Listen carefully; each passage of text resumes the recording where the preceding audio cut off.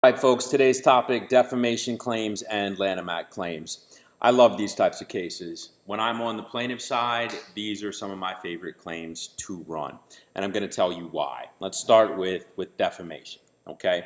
So you have a couple variants of defamation. You have sort of on one side, you have regular defamation, and then you have defamation per se, all right? I don't like regular defamation.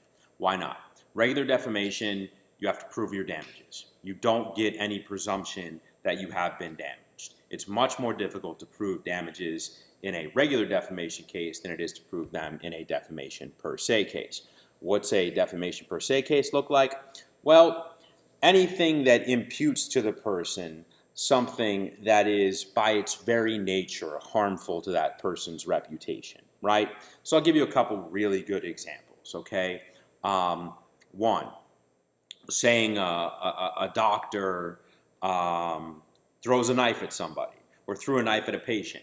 That is highly defamatory to say a doctor threw a knife at a patient. Why?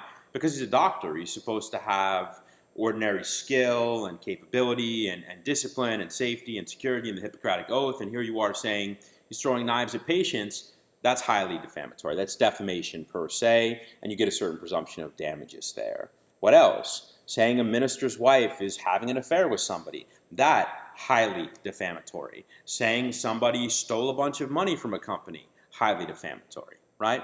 So one of the things that I see happen over and over again in these cases is people overlook a whole different category of defamation per se, which is very useful.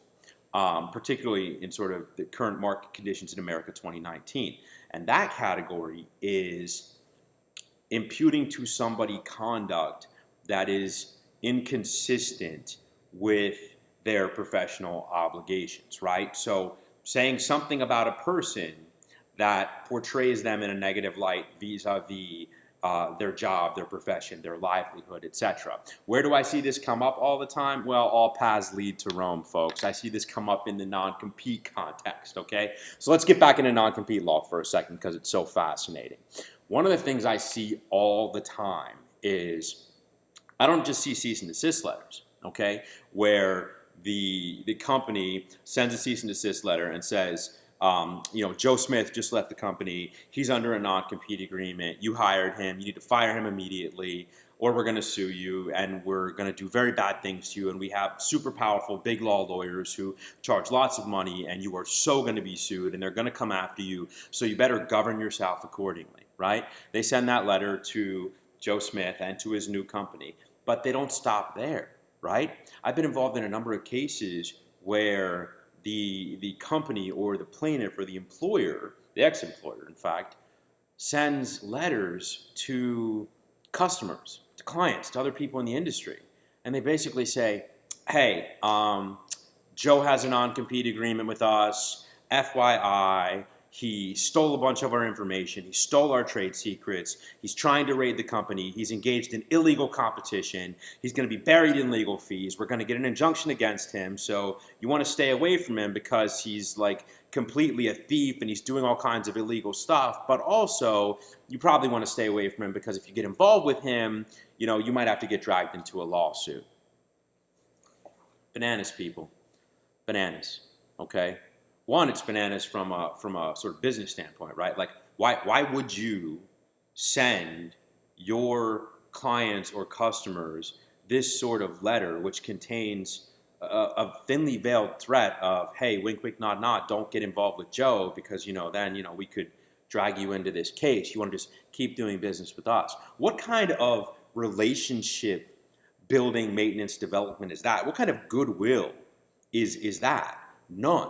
That is a perverse business strategy, and it's not the sort of strategy that any lawyer who had half a business brain would ever recommend. But unfortunately, there are so many people who practice law, there are so many lawyers, particularly big corporate firms, that don't have any what? Business sense, right? So that's where you get big law lawyers on the management side, corporate side, firms that prosecute non-compete cases sending out these sorts of letters to clients where they're like, hey, we're going to drag you into this lawsuit, so you better stay away from Joe and his new company and not do business with them.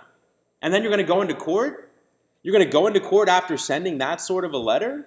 And you're going to tell the court that you have a legally protectable relationship with clients A through Z, and your relationship is so special, and by the way, you just threatened to drag them into a lawsuit?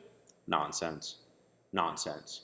But that's where this comes up. You see those sorts of letters, right? I see those letters all the time. And one of the first thoughts that comes to mind when I see one of those letters is, you just signed yourself up for a defamation per se lawsuit. And it's the kind of claim where if you said, Joe just left our company, he's raiding our company, he stole our intellectual property, he stole our trade secrets, what he's doing is illegal, he's on his way to jail, it's criminal, etc. If you really muck it up to that level, and I have seen it mucked up to that level by some particularly unsuspecting, not very thoughtful management side lawyers, corporate side lawyers, right? Who would send a letter with those sorts of allegations in it, right? Who would be in law for several years, if not decades, and not learn the basics of risk mitigation in demand letters? You can send a demand letter to the party at issue, right? If I'm sending a demand letter to Joe Smith himself, I can send Joe Smith a demand letter and say, hey, Joe, you better knock off this mess or we're going to sue you. That's fine. And Joe has no predicate for any kind of action against me for defamation. But you start sending letters to other people in the market saying Joe's a bad guy and he's a criminal and what he's doing is illegal and he stole stuff from us. You are setting yourself up for a defamation per se case. You know how many times I've had this happen? You know how many demand letters I've responded to where this has come up and how many lawsuits I've actually filed for this? I just listed, if you look at one of my most recent LinkedIn posts, I just shared a court order out of the United States District Court for the Southern District of Florida. It is a brilliant order denying a motion to dismiss, inter alia, Lanham Act and defamation per se claims. Okay? I just shared it. It's worth a read. But it gives you a good example, right, of where this comes up. So I do this all the time. I send people responses to cease and desist letters in that context and say, not only is the non-compete agreement unenforceable, or not only do you have no trade secrets, did my client not steal your trade secrets, but you're now liable for defamation per se, and I want X money, right? I do that all the time. And you know the logical ultimate conclusion of these cases? You can't get rid of these cases. That's what people don't understand. You can't get rid of these cases. A properly pled defamation per se claim, where you do what we just discussed, right? You say, Joe stole all of our trade secrets, he's engaged in illegal conduct, what he's doing is criminal, he's raiding us, he stole our intellectual property, right? You do that. When the first cut of the defense is, hey, we didn't say anything that rises to the level of defamation per se. We didn't accuse this person of being a prostitute or having a venereal disease or whatever. No, it's enough for you to say they stole our trade secrets, right? They stole our intellectual property, right? You're making allegations. If this person stole your trade secrets, if they stole your intellectual property, who's going to do business with them, right? Who's going to want to work with somebody who's standing accused of stealing trade secrets or intellectual property, right? So you better mean what you say and say what you mean. And if you don't mean it and you're not going to back it up, you better button it up, right? Because then, you're going to get yourself into a world of hurt. It's hard to get rid of these claims, right? You have an actual demand letter that lays out these allegations, which are defamatory. On the counter side, right, I point to that and say, look, here's the defamation right here. We want to go to trial. It's per se. And not only in per se cases, not only are you getting reputational damages, not only do you get reputational damages, right? Sort of lost income, lost earnings, etc. You can get all that. You can also get damages for humiliation, shame, embarrassment, emotional distress. Yes, you can, right? You know how many cases I've been involved in where the lawyers on the other side basically said to me, what are your damages? I don't see your damages. What are your damages? What are my damages? Maybe you should have taken damages in law school. Maybe you should read a book on damages. There's books out there that get into damages, right? I had a case one time, true story. I had a hotel discrimination case, okay? I had a hotel discrimination case. And the the more experience you get in the law, right? If you do it the right way, you should always be learning. You should always be getting better. Add new tools to your toolkit, right? As you go, you just improve every step of the way. And you learn that there are often more advantageous ways to pursue the same exact case, right? You give me a case, right? You get the facts, right? You have the facts. And they have to figure out what's the best vehicle. What are the best claims, right? The claims are the vehicle. What's the best vehicle for pursuing these claims to the best resolution, biggest recovery, etc. And so you figure out the way to do it. So I had a hotel discrimination case one time where the insurance defense associate, poor kid, who was assigned this case, he got on the phone with me and he really lost his cool. And he started screaming and cursing at me and telling me I had no case and didn't have any damages and I didn't understand McDonnell Douglas burden shifting framework and everything else. And well, that didn't work out so well in their favor. That firm got fired. They hired a big firm. They moved for summary judgment. They lost. I beat their summary judgment motion. The case settled on the brink of trial. If they'd have looked into the damages, they would have realized, like, whoa, you can actually get, damages for emotional distress, for humiliation, embarrassment, etc., right? Same thing in the defamation per se context. You're allowed to get all those different types of damages. Not to mention, you're allowed to get punitive damages, okay? So if you send a demand letter or a cease and desist letter, and then you start sending other letters to people saying, hey, don't do business with Joe because he's a criminal and he stole intellectual property and everything else, right? If you send those sorts of letters, you have already created the factual record that reflects the per se defamatory statement.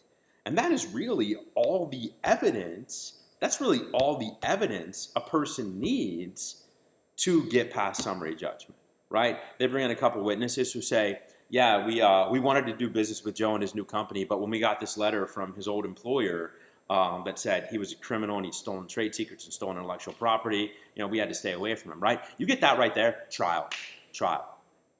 And now, on the other side, right, on the defense side of it, on the corporate defense side of it, right, you have a lot of different moving pieces here, okay, including some conflicting motivations, right? The lawyers, often the lawyers who were the architects of the original strategy, right? They sent the cease and desist letter. They're the ones who sent the letters to everybody and said, hey, don't do business with Joe because he's a criminal who's stealing our intellectual property, stole our trade secrets, etc. They sent those letters. And those letters are what set you up for potential exposure on a defamation per se case. And now they're in a position where their conduct has actually created the exposure. Their conduct has actually created the risk. Rather than mitigate the risk, the lawyer's conduct has actually created a new layer of risk, right? They could have just sent Joe a letter, sent his new employer a letter, no exposure to send Joe a letter and say, hey, you better stop doing this. Some exposure, they send his new employer a letter and they make false allegations against him, FYI. But mega exposure if they send it out to the market, to clients, customers, third parties, etc. And the lawyers now created that exposure. So what happens? Well, unfortunately, in some instances, lawyers will just, on that side, will just double down, right? Because they don't want to admit or recognize possibility that their conduct has just created this new, significant bucket of exposure. So what will they do? They'll fight it tooth and nail, okay? They'll tell you, oh, it's not defamation per se, they can't prove damages, it wasn't published, it's litigation privileged. That's another great one that I hear all the time, litigation privileged, right? If you actually look into the law of litigation privilege in a state like Florida, which has a robust litigation privilege, things are privileged or immunized from a lawsuit if they are part of the litigation process, generally, right?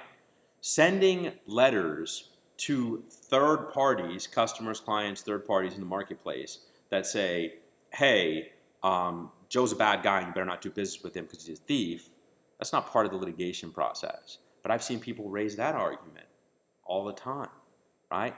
So that's defamation per se. That's why I love those cases so much. They're difficult to get rid of.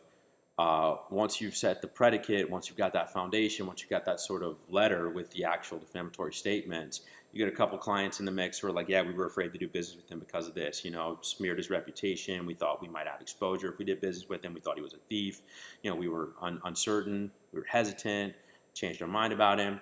Yeah, you've got enough to go to trial. And then at that point, it's a wild card, right? It's just a roll of the dice, and it comes down to a bunch of trial factors, right? Like, how sympathetic is the witness? How good are they on the stand? How good is the story, right? All the different, trial concerns any trial lawyer would tell you. So you look at it like this, right? It's like, spend minimum, especially with a big firm, right? You're going to spend minimum $300,000, $400,000 at least to defend this case all the way to trial. You're going to lose at summary judgment. You're going to go to trial, and now you're taking the risk at trial, which in many instances you'll wind up caving and especially if you have a good lawyer on the other side trying the case. Like if you have a good trial lawyer on the plaintiff's side, you select a jury, you do opening statements, you get into putting on evidence, they cross-examine one of your witnesses and rip them a new one. Well, you're probably going to come to the table and settle. And so now you just spent $300,000 or $400,000 on fees. You might have spent $200,000 on costs because of discovery and document collection and everything else. And now you're at trial, and now you're going to settle in the middle of trial, and you might pay $400,000 or $500,000 to get rid of it at trial. And now you're looking at the numbers already been worked up to north of $1 million, all because some lawyers sent letters to folks in the industry who they never should have sent letters to, and made false statements about Joe Schmo here, who just wanted to go get another job so he could make a living and take care of his family. Really brilliant idea. What was that? Was that intended to protect the company's interests, to protect the company's bottom line, protect their future, protect those client relationships? Or was it maybe one of two things? A, maybe just sort of thoughtless corporate lawyering, which happens all the time. Or was it B, is it more maniacal than that? Is it intentional corporate lawyering designed to create more litigation and therefore bill more hours? It could be either one. Maybe I'm not allowed to say that. I mean, it's America 2019. I don't know what I'm allowed to say or what I'm not allowed to say, but I think I have the freedom of speech to say that some corporate lawyers, not all of them, there are many good corporate lawyers out there, but some corporate lawyers like to do things that set up more litigation so they can bill more hours because they're thirsty for that billable work. Don't get me wrong, right? I do billable cases as well. I have some billable cases up to $700 an hour, right? So I'm not knocking the billable model. I do billable work as well. I'm just saying that there are some lawyers out there who will give legal advice based on their desire to just bill more hours and have more work rather than based on what's right for the client. And anybody who has any, doubts about that statement or who rejects it out of hand, you're just denying the reality of how things are. But that's defamation per se. Now, let's flip the script. Let's get into the Lanham Act, which is another one of my favorite types of claims to pursue, okay?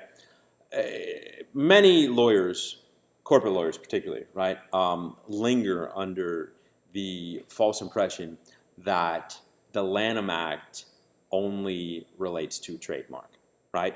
True story. I had a case. You can look it up. It's called Taslidzik versus Luther, Southern District of Florida, circa 2017. That's when the decision came out. We sued the other side for defamation, Lanham Act, etc. And the other side, represented by a big corporate law firm, they filed a motion to dismiss. And front and center, their first argument was, hey, stop the presses. You cannot have a Lanham Act claim because there's no trademark at issue. So naturally, if there's no trademark, there's no Lanham Act claim, and this whole thing needs to be dismissed. Bananas, people.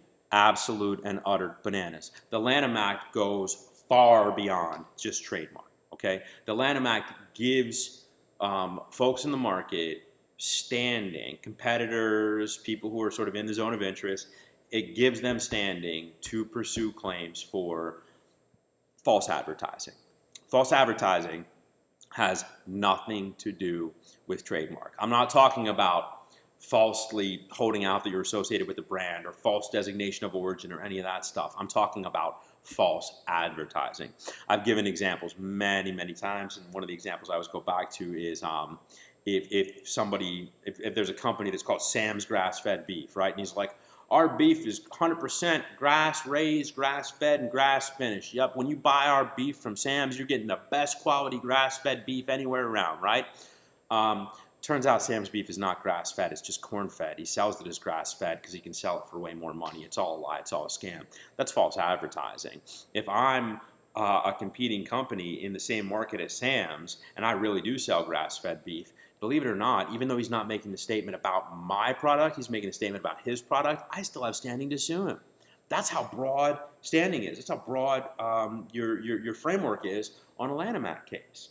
And then obviously, if Sam starts saying stuff about your product, if Sam's like, Bill's grass-fed beef is polluted, it has all kinds of contaminants, you need to buy from us, right? If you start saying that in commerce, done, smackdown, you got a Lanham Act claim, right? So there is, within the Lanham Act, the basis to do way more than just trademark. There's a vicious false advertising hook there. And so we run this against lots of people, and routinely what comes up is, one, there's no trademark. They think that's going to get it dismissed.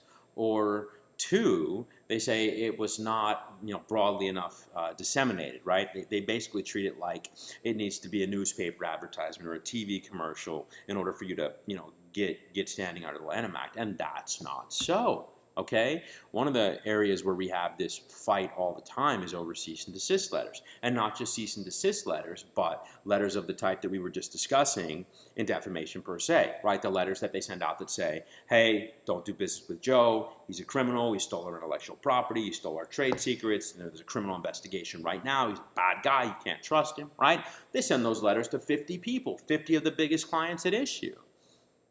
What's the logic of saying that's not sort of advertising, publication, dissemination, right?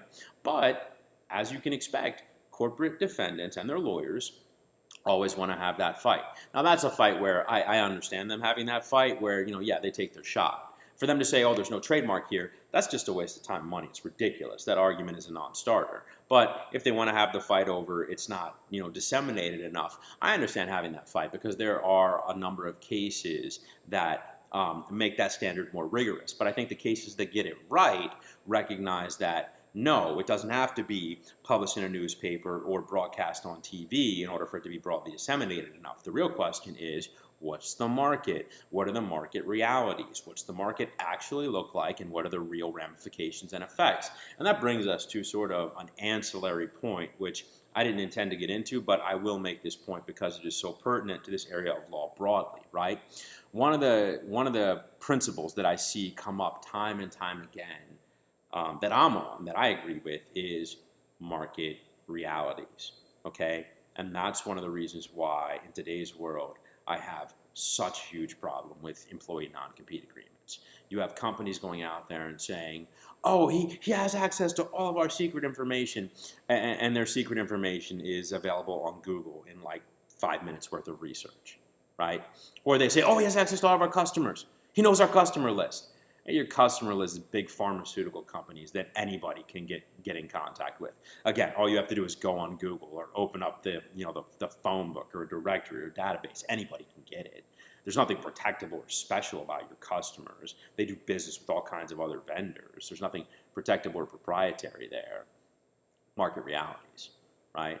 You have folks quite often on the corporate side, management side, the company side, the plaintiff side of the non-compete cases, right?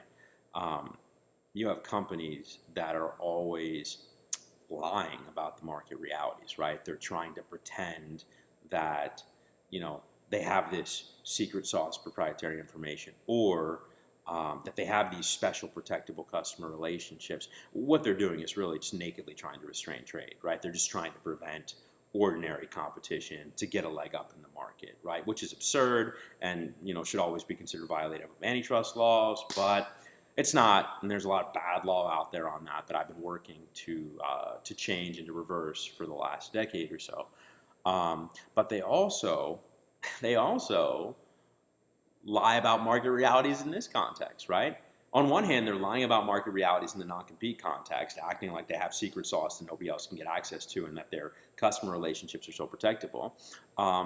And in the Lanham Act context, right, they're lying about market realities by saying, well, it's not advertising, right? It's not advertising. It was designed, you sending these letters out there and being like, hey, don't do business with Joe because he's a criminal, he stole our trade secrets, you could get roped into this, right?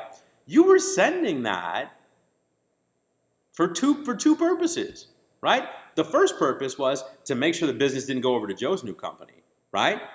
Mission accomplished, you did that, right? And that gives you a better chance of keeping the business. That was purpose two, right? To keep the business, which inartfully, right? You shouldn't have been like, hey, we'll drag you into this, right? If you were more clever, you could have said some things in a non-defamatory fashion, and not, wink, wink, nod, nod, threaten to drag the client into it. But what you did there was motivated by those two goals. One, prevent Joe from getting the business, and two, to keep the business. And by keeping it away from Joe, you give yourself a better chance of keeping it. So how can you with a straight face tell the court that that's not an advertisement? The goal of it, you say it's not commercial speech. It's not commercial speech. What do you mean it's not commercial speech? That's what the argument is. They say it's not commercial speech. Of course it's commercial speech. You said it with the intention of influencing business, the market, and dollars. So of course it's commercial speech. But there you go, folks. The more you know. I love defamation per se claims. Those are very hard to get dismissed, and they open up a truly vicious damages framework, especially if you get the case to trial and you have a sympathetic plaintiff. I also love Lanham Act cases. I think there's more utility functionally at the end of the day with a defamation per se case. I think defamation per se is an easier claim to ultimately monetize and collect on at the end of the day, to take to trial and to get a big jury verdict on. I think the Lanham Act is a bit harder. Even the Lanham Act has even though it has broad standing and it lets lots of people have an opportunity to get in the mix, I think ultimately at the end of the day, proving the damages requires a bit more work than damages, particularly in a defamation per se context where the damages are presumed. And beyond that, in defamation per se, you get all kinds of damages you don't get under the Lanham Act, right? Lanham Act's great if you can prove it out. I really like the Lanham Act. It's a cool statute. You get all kinds of remedies like corrective advertising, where the other side actually has to go around to the market and send out notices saying, hey, basically we lied, we're sorry, we need to set the record straight. That's awesome. It's awesome to get affirmative injunctive relief like that in the form of corrective advertising. And there's a possible hook there for attorney's fees. So there is some utility to running both of them. But at the end of the day, if the facts are really good, I like that defamation per se claim the best. It's always something that's worth looking into. Jonathan Pollard, most hated lawyer in America. Have a good day, folks. Take care.